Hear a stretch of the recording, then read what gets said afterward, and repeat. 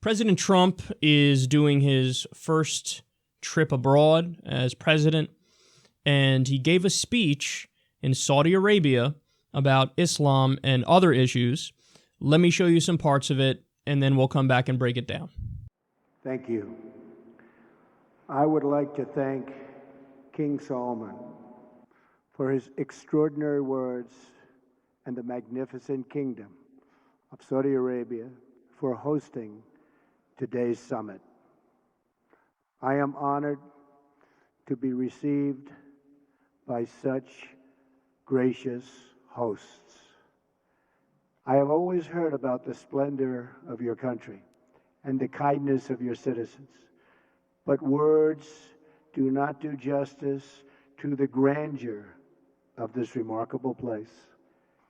Yesterday, we signed historic agreements with the kingdom that will invest almost $400 billion in our two countries and create many hundreds of thousands of jobs in America and Saudi Arabia.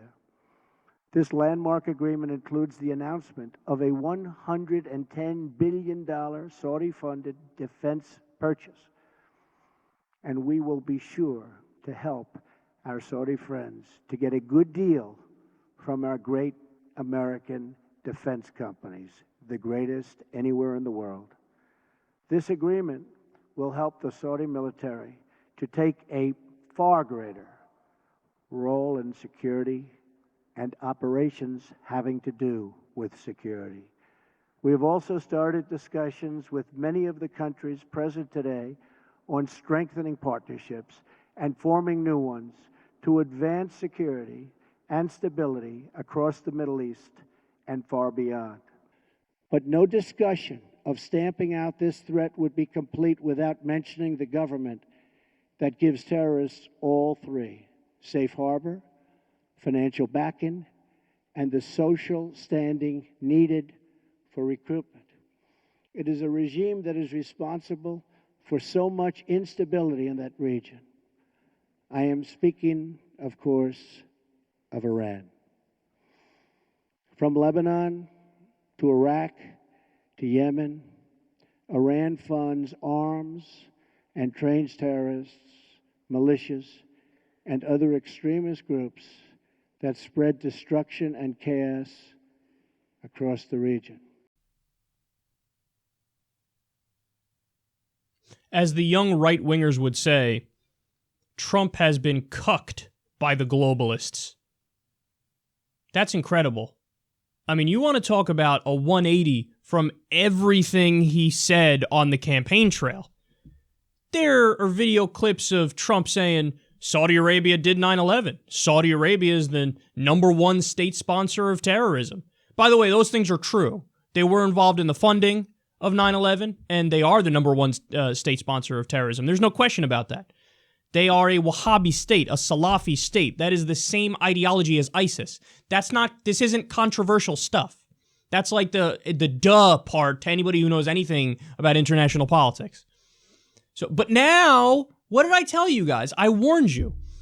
When Donald Trump was on the campaign trail, he's in front of the rally crowds. He feeds off the love of whoever's around him. So, okay, it's a rally crowd. Let me say whatever to get them to cheer. So what does he have to do? Anti-establishment rhetoric, crooked Hillary rhetoric. Oh, yeah, I'm going to be tough on radical Islamic terrorism. Say it with me, folks. Radical Islamic terrorism. Now, all of a sudden, radical Islamic terrorism, he's given a speech in Saudi Arabia as president. That becomes, quote, magnificent kingdom. What is Saudi Arabia? Disney? It's a magnificent kingdom, tremendous kingdom, believe me, incredible people, unbelievable people, the most beautiful people, I have to tell you. What happened? I thought Mr. Tough on radical Islam. Anyway, let me suck the Saudi dick in front of the world so everybody could see it. Do you not know you're being recorded, Donnie? I mean, it really is amazing how he, on another level, he has the ability to just totally contradict himself and not give a shit. But none of us should really be surprised by this, because think about all the anti-Wall Street rhetoric, anti-establishment rhetoric he did on the campaign trail, and then what happened? When he gets elected, all of a sudden he's got 4 Goldman Sachs guys in top administration positions, to the point where he had Goldman Sachs guys unveil his tax plan. It wasn't even like, okay, I have them and I'm going to keep them in the shadows because I know all the anti-Goldman Sachs stuff I said on the campaign trail. It was like, oh, no, I'm going to be a hypocrite and also rub it in your fucking face. And here, Steve Mnuchin, Gary Cohn are going to introduce my tax proposal. Well, the same thing here. Yeah, I'm going to be tough. That's what I'm going to do. I'm going to keep it real with the Muslim world. He even went on to say, terrorists don't worship God. They worship death. You want to talk about some politically correct bullshit? Really? So terrorists don't worship God. So there's no religious terrorists that worship God. I disagree. I think that's exactly what they fucking worship, and they think they're carrying out actions for their God. They think Allah wants me to slay the infidel, so they're doing it.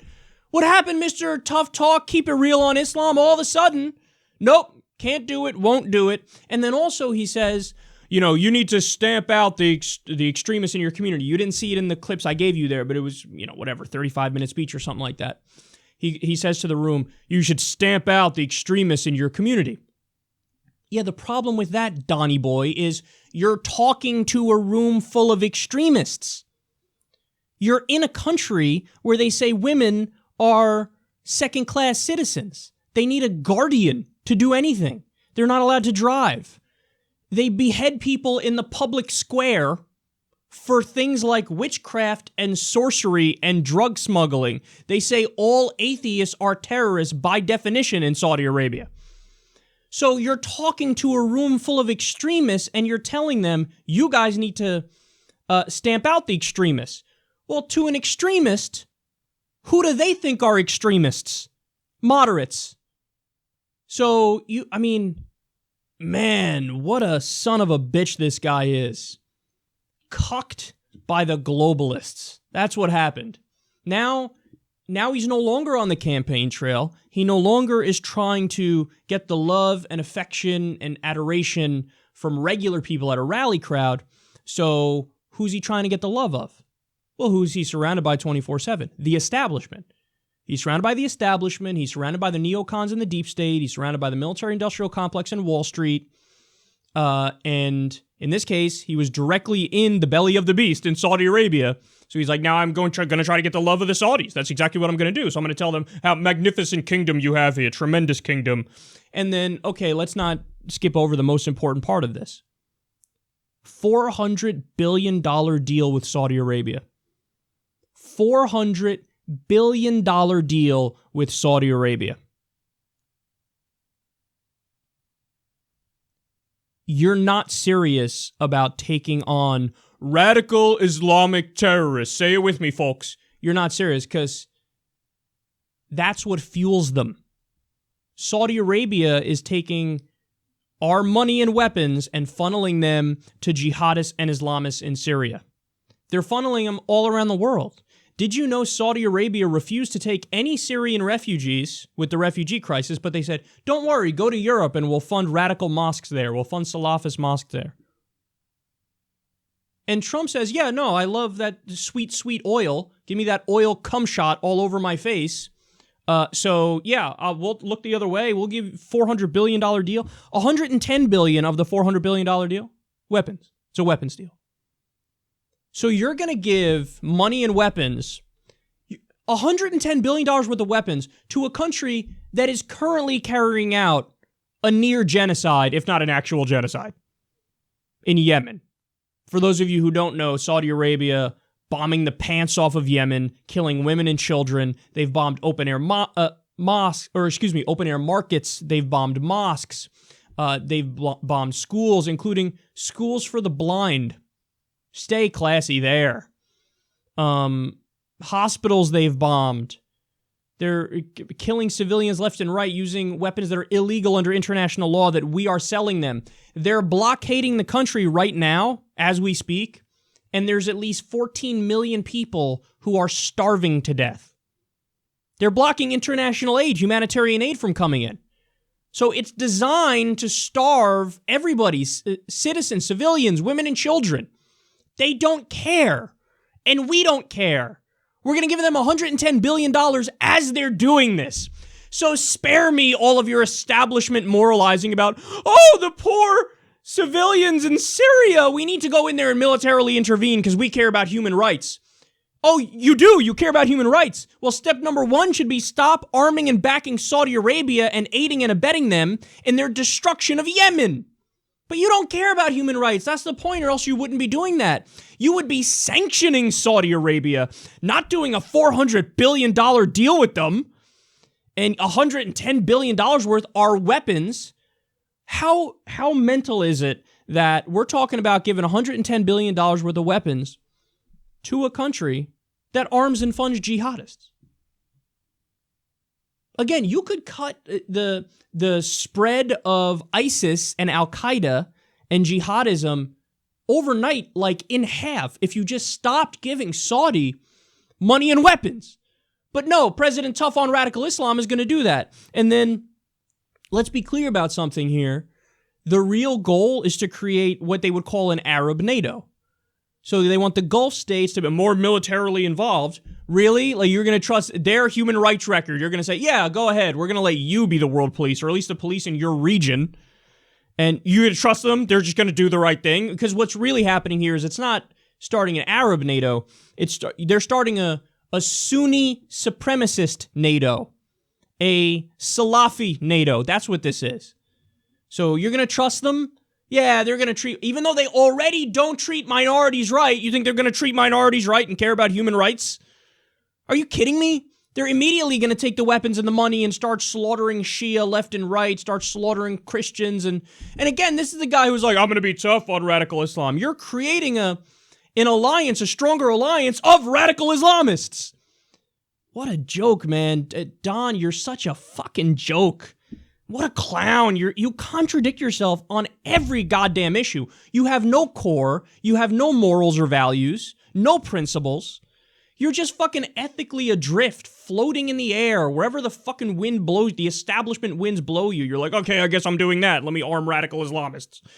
What a clown. And then finally, notice the bait and switch they did there at the end. The entire speech was a non sequitur. Because when he kept bringing up over and over, to terrorism and stamp out the extremists in your communities and blah, blah, blah, blah, blah. The entire time you're getting the impression, okay, I guess he's talking about ISIS here. No, at the end they do the bait and switch. He says, Iran is the problem. They're the biggest global funder of terrorism. What? Okay, you do know that Iran is fighting ISIS, right? You do know Iran is fighting Al-Qaeda, right? You do know that ISIS and Al-Qaeda are Sunni extremists. They're Sunni supremacists. And Iran is Shia. What are you talking about? Iran, because anytime anybody says Iran is the biggest state funder of terrorism, that person is immediately an idiot and they know nothing about the Middle East. Or they're not an idiot, but they're playing a trick on you because they view Iran as the biggest threat to Israeli dominance of the region, U.S. dominance of the region, and Saudi dominance of the region, so they just lie about it, and they're just shamelessly lying. Like, yeah, they're the biggest threat. How often are there Iranian terror attacks against the U.S.? How often are there Shia suicide bombings? I'll wait for the answer. It's almost always, probably always, Salafists. What, do you have to go back to the 1980s to find the Shia terrorists? And you're going to go up there, say, I'm going to be tough on radical Islam, and in the heart of a nation that views Shias as subhuman, you're going to say, yeah, the Shias in Iran, they're the problem. Yeah, I thought you were going to confront radical Islam. What are you doing? You're feeding into their narrative.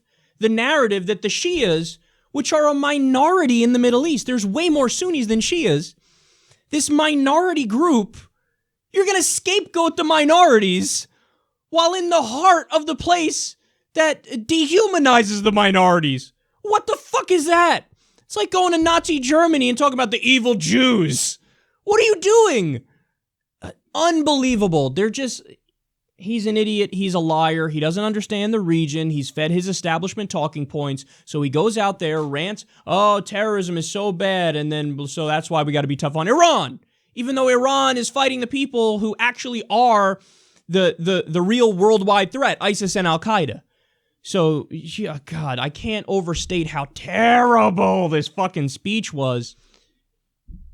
U.S. hegemony is the main goal. So, if that means we have to overlook literal terrorists, well, that's fine. Okay. If it means getting rid of Assad, who's our official state enemy in Syria, if it means, screwing over Iran, if it means snubbing Russia, this worldwide chessboard that's going on, we will align ourselves with anybody to continue U.S. dominance of the world. And I mean U.S. dominance in terms of military, U.S. dominance in terms of business interests, and that's what's at the heart of this at the end of the day. So we don't care that you behead people in the public square and you have the same ideology as ISIS. We'll go to your country and suck your dick in front of the world and pretend like you're super moderate and ahead of your time when it comes to fighting terrorism, and you're a democracy even though you're not. You're fucking an absolute monarchy and theocracy. It's just a dictatorship through and through, and it's just a joke of a country. But it's okay. It's okay. You're on our team with business interests, so you get to do whatever you want, and we look the other way. And we'll even pretend that you're awesome in the process. Mr. Truth Teller, anti-establishment Donald Trump turned out to be the ultimate establishment shill and massive prick.